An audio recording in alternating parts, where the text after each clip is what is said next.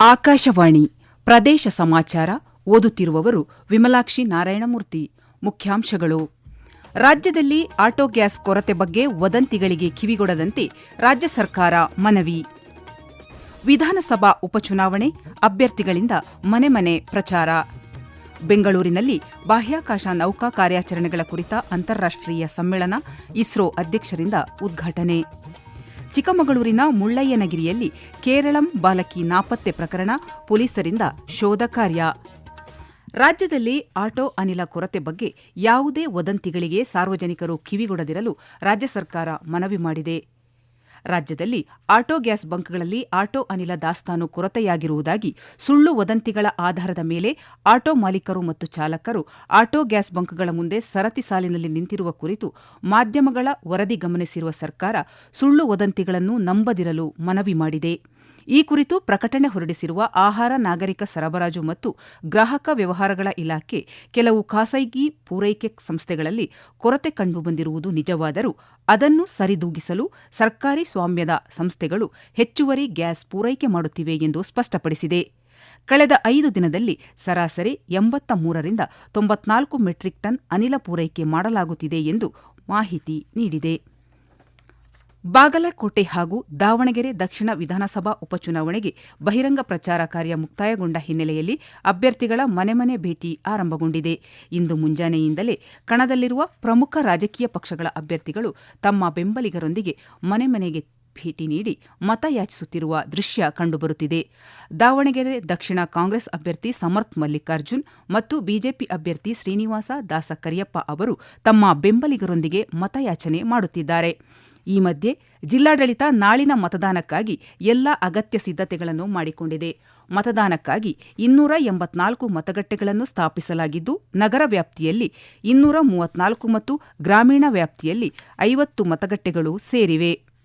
ಪ್ರತಿ ಮತಗಟ್ಟೆಯಲ್ಲಿ ಕಾಯ್ದಿರಿಸಿದ ಕೊಠಡಿ, ಕುಡಿಯುವ ನೀರು, ರ್ಯಾಂಪ್ ವ್ಯವಸ್ಥೆ, ಶೌಚಾಲಯ, ನೆರಳು ಮತ್ತು ಕ್ಯೂ ಮ್ಯಾನೇಜ್ಮೆಂಟ್, ಫೀಡಿಂಗ್ ಕೊಠಡಿ ಸೇರಿದಂತೆ ಅಗತ್ಯ ಮೂಲಭೂತ ಸೌಕರ್ಯಗಳನ್ನು ಒದಗಿಸಲಾಗಿದೆ ಎಂದು ಜಿಲ್ಲಾ ಚುನಾವಣಾಧಿಕಾರಿ ಡಾ ಜಿಎಂ ಗಂಗಾಧರಸ್ವಾಮಿ ತಿಳಿಸಿದ್ದಾರೆ.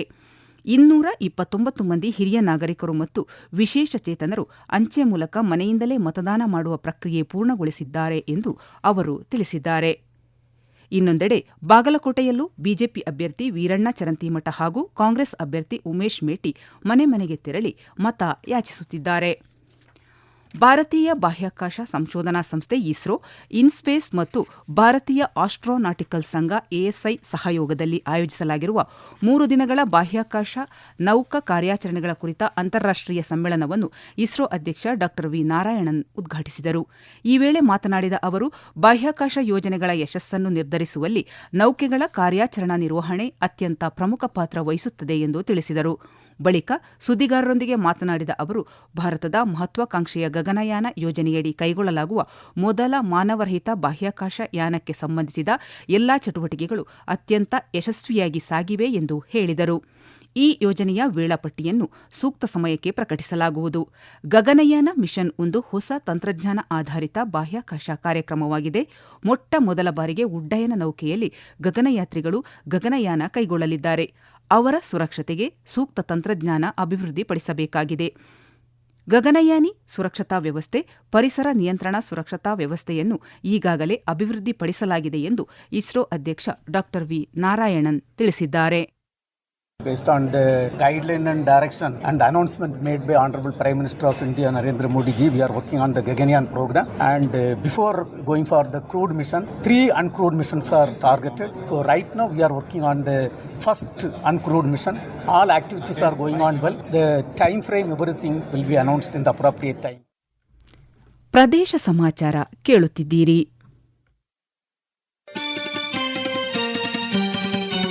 ನಮ್ಮ ಎಲ್ಲಾ ರಾಷ್ಟ್ರೀಯ ವಾರ್ತೆಗಳು ಹಾಗೂ ಪ್ರದೇಶ ಸಮಾಚಾರ ಈಗ ಆಕಾಶವಾಣಿ ನ್ಯೂಸ್ ಕನ್ನಡ ಯೂಟ್ಯೂಬ್ ಚಾನೆಲ್ನಲ್ಲಿ ಲಭ್ಯ.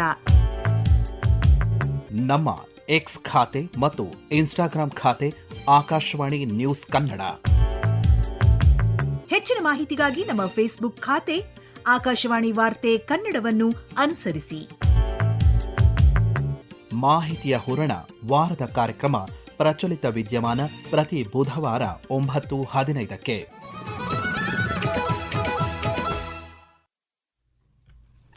ಆರ್ಎಸ್ಎಸ್ ಮತ್ತು ಬಿಜೆಪಿ ವಿರುದ್ಧ ವಿವಾದಾತ್ಮಕ ಹೇಳಿಕೆ ನೀಡಿರುವ ಎಐಸಿಸಿ ಅಧ್ಯಕ್ಷ ಮಲ್ಲಿಕಾರ್ಜುನ್ ಖರ್ಗೆ ಅವರ ವಿರುದ್ಧ ವಿಧಾನಸಭೆ ವಿರೋಧ ಪಕ್ಷದ ನಾಯಕ ಆರ್ ಅಶೋಕ ಅಸಮಾಧಾನ ವ್ಯಕ್ತಪಡಿಸಿದ್ದಾರೆ.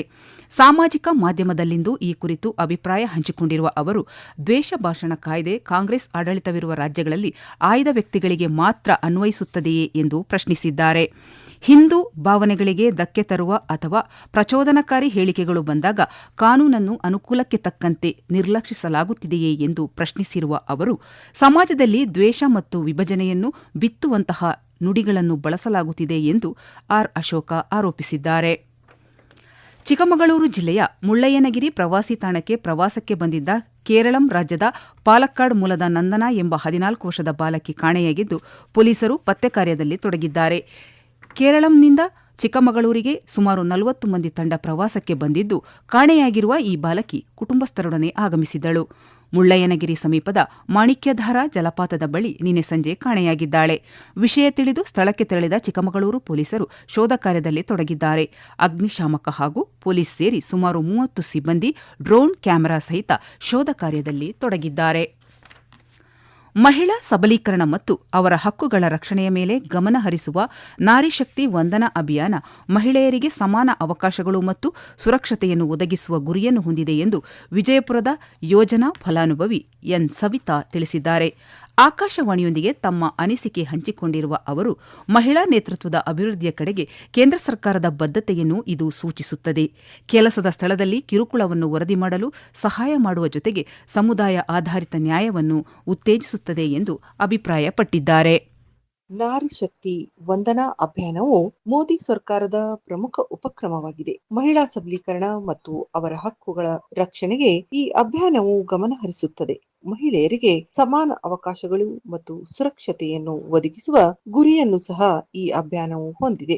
ಮಹಿಳಾ ನೇತೃತ್ವದ ಅಭಿವೃದ್ಧಿಯ ಕಡೆಗೆ ಪ್ರಧಾನಿ ಮೋದಿಯವರ ಬದ್ಧತೆಯನ್ನು ಇದು ಸೂಚಿಸುತ್ತದೆ. ಕೆಲಸದ ಸ್ಥಳಗಳಲ್ಲಿ ಕಿರುಕುಳವನ್ನು ವರದಿ ಮಾಡಲು ಇದು ಸಹಾಯ ಮಾಡುತ್ತದೆ ಹಾಗೂ ಸಮುದಾಯ ಆಧಾರಿತ ನ್ಯಾಯವನ್ನು ಉತ್ತೇಜಿಸುತ್ತದೆ. ಬಳ್ಳಾರಿ ಜಿಲ್ಲೆಯಲ್ಲಿ ಗರ್ಭಕಂಠದ ಕ್ಯಾನ್ಸರ್ ತಡೆಗಟ್ಟಬಹುದಾದ ಎಚ್ಪಿವಿ ಲಸಿಕೆಯನ್ನು 14 ವರ್ಷದ 2,591 ಹೆಣ್ಣು ಮಕ್ಕಳಿಗೆ ಈವರೆಗೆ ನೀಡಲಾಗಿದೆ ಎಂದು ಜಿಲ್ಲಾ ಆರ್ಸಿಎಚ್ ಅಧಿಕಾರಿ ಡಾ ಹನುಮಂತಪ್ಪ ಹೇಳಿದ್ದಾರೆ. ಜಿಲ್ಲೆಯ 16,49,492 ಒಟ್ಟು ಜನಸಂಖ್ಯೆಯಲ್ಲಿ 1% 14 ವರ್ಷದ ಹೆಣ್ಣು ಮಕ್ಕಳು, ಅಂದರೆ 16,495 ಹೆಣ್ಣು ಮಕ್ಕಳಿಗೆ ಲಸಿಕೆ ಹಾಕುವ ಗುರಿ ಹೊಂದಲಾಗಿತ್ತು. ಇಲ್ಲಿಯವರೆಗೆ ಒಟ್ಟು 2,591 ಹೆಣ್ಣು ಮಕ್ಕಳಿಗೆ ಲಸಿಕೆ ನೀಡಲಾಗಿದೆ ಎಂದು ಅವರು ಮಾಹಿತಿ ನೀಡಿದ್ದಾರೆ. ಮಾರ್ಚ್ 11ರಿಂದ ಆರಂಭವಾಗಿರುವ ಈ ಲಸಿಕಾ ಕಾರ್ಯಕ್ರಮ 90 ದಿನಗಳವರೆಗೆ ಮುಂದುವರಿಯಲಿದೆ. ಪಾಲಕರು ತಮ್ಮ ಮಕ್ಕಳಿಗೆ ತಪ್ಪದೆ ಹತ್ತಿರದ ಸರ್ಕಾರಿ ಆಸ್ಪತ್ರೆಗೆ ಭೇಟಿ ನೀಡಿ ಲಸಿಕೆ ಹಾಕಿಸಬೇಕು ಎಂದು ಜಿಲ್ಲಾ ಆರೋಗ್ಯ ಮತ್ತು ಕುಟುಂಬ ಕಲ್ಯಾಣ ಅಧಿಕಾರಿ ಡಾ ಯಲ್ಲಾ ರಮೇಶ್ ಬಾಬು ಕೋರಿದ್ದಾರೆ. ರಾಜ್ಯ ಸರ್ಕಾರ ಸರ್ಕಾರಿ ಹುದ್ದೆಗಳಿಗೆ ನೇಮಕಾತಿ ಅಧಿಸೂಚನೆಯನ್ನು ಹೊರಡಿಸದೆ ವಿಳಂಬ ಧೋರಣೆ ತೋರುತ್ತಿರುವುದನ್ನು ಖಂಡಿಸಿ ಕೋಲಾರ ಹೊರ ವಲಯದಲ್ಲಿರುವ ಜಿಲ್ಲಾಧಿಕಾರಿಗಳ ಕಚೇರಿಯ ಮುಂದೆ ಅಖಿಲ ಕರ್ನಾಟಕ ರಾಜ್ಯ ವಿದ್ಯಾರ್ಥಿಗಳ ಸಂಘಟನೆ ಪ್ರತಿಭಟನೆ ನಡೆಸಿ ಜಿಲ್ಲಾಧಿಕಾರಿ ಎಂಆರ್ ರವಿ ಅವರಿಗೆ ಮನವಿ ಸಲ್ಲಿಸಿದೆ. ಈ ಸಂದರ್ಭದಲ್ಲಿ ಮಾತನಾಡಿರುವ ಅಖಿಲ ಕರ್ನಾಟಕ ರಾಜ್ಯ ವಿದ್ಯಾರ್ಥಿಗಳ ಸಂಘಟನೆಯ ಜಿಲ್ಲಾಧ್ಯಕ್ಷ ಚಂದ್ರಪ್ಪ, ರಾಜ್ಯದ ವಿವಿಧ ಇಲಾಖೆಯಲ್ಲಿ ಖಾಲಿ ಇರುವ ಹುದ್ದೆಗಳಿಗೆ ಈ ಕೂಡಲೇ ನೇಮಕಾತಿ ಅಧಿಸೂಚನೆಯನ್ನು ಹೊರಡಿಸಬೇಕು. ಕೆಲವು ವರ್ಷಗಳಿಂದ ನೇಮಕಾತಿ ಪ್ರಕ್ರಿಯೆ ನಡೆದಿಲ್ಲವಾಗಿರುವುದರಿಂದ ವಯೋಮಿತಿಯನ್ನು ಹೆಚ್ಚಿಸಬೇಕು ಎಂದು ತಿಳಿಸಿದ್ದಾರೆ. ಇನ್ನು ಹವಾವರ್ತಮಾನ. ರಾಜ್ಯದಲ್ಲಿ ಮುಂದಿನ ಕೆಲವು ದಿನಗಳಲ್ಲಿ ದಕ್ಷಿಣ ಒಳನಾಡಿನ ಕೋಲಾರ, ಚಿಕ್ಕಬಳ್ಳಾಪುರ, ಮೈಸೂರು ಮತ್ತು ಕೊಡಗಿನಲ್ಲಿ ಗುಡುಗು ಸಹಿತ ಮಳೆಯಾಗುವ ಸಾಧ್ಯತೆಯಿದೆ. ಕರಾವಳಿ ಕರ್ನಾಟಕ, ಉತ್ತರ ಒಳನಾಡಿನಲ್ಲಿ ಒಣಹವೆ ಮುಂದುವರಿಯುವ ನಿರೀಕ್ಷೆಯಿದೆ ಎಂದು ಹವಾಮಾನ ಇಲಾಖೆ ಮುನ್ಸೂಚನೆ ನೀಡಿದೆ. ಕೊನೆಯಲ್ಲಿ ಮತ್ತೊಮ್ಮೆ ಮುಖ್ಯಾಂಶಗಳು. ರಾಜ್ಯದಲ್ಲಿ ಆಟೋ ಗ್ಯಾಸ್ ಕೊರತೆ ಬಗ್ಗೆ ವದಂತಿಗಳಿಗೆ ಕಿವಿಗೊಡದಂತೆ ರಾಜ್ಯ ಸರ್ಕಾರ ಮನವಿ. ವಿಧಾನಸಭಾ ಉಪಚುನಾವಣೆ ಅಭ್ಯರ್ಥಿಗಳಿಂದ ಮನೆ ಮನೆ ಪ್ರಚಾರ. ಬೆಂಗಳೂರಿನಲ್ಲಿ ಬಾಹ್ಯಾಕಾಶ ನೌಕಾ ಕಾರ್ಯಾಚರಣೆಗಳ ಕುರಿತ ಅಂತಾರಾಷ್ಟ್ರೀಯ ಸಮ್ಮೇಳನ, ಇಸ್ರೋ ಅಧ್ಯಕ್ಷರಿಂದ ಉದ್ಘಾಟನೆ. ಚಿಕ್ಕಮಗಳೂರಿನ ಮುಳ್ಳಯ್ಯನಗಿರಿಯಲ್ಲಿ ಕೇರಳಂ ಬಾಲಕಿ ನಾಪತ್ತೆ ಪ್ರಕರಣ, ಪೊಲೀಸರಿಂದ ಶೋಧ ಕಾರ್ಯ.